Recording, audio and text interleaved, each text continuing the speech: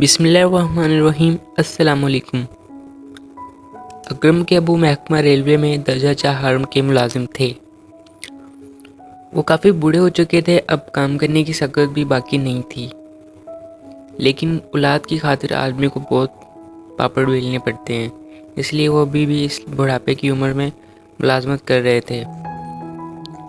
دوسری طرف اکرم 7ویں جماعت کا طالب علم تھا، انتہائی لاپرواہ تھا، کبھی بھی اسکول کا کام نہیں کرتا تھا، سارا دن اسکول میں شرارتیں کرتا اور گھر آ کر کھانا کھاتا، کھیلتا کودتا اور سو جاتا۔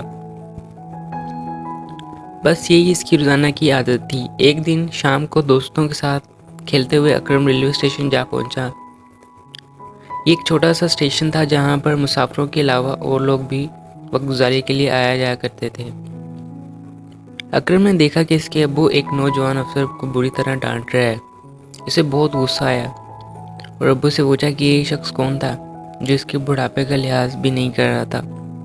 اکرم کے ابو نے بولا، بیٹا آج تم نے یہ دیکھ لیا، ایسا روزانہ میرے ساتھ ہوتا ہے۔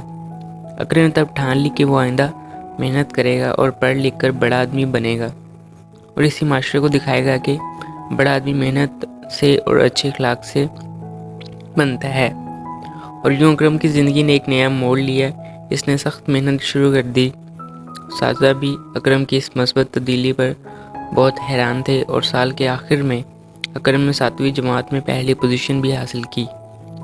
اکرم کی اس کہانی سے ہمیں یہ سبق ملتا ہے کہ ہمیں اپنی مختصر سی زندگی کی قدر کرنی چاہیے، پڑھائی میں دلچسپی لینی چاہیے، مستقل مزاجی سے محنت کرنی چاہیے اور اپنے کردار کی طاقت کے بل بوتے پر اپنا لوہا منوانا چاہیے۔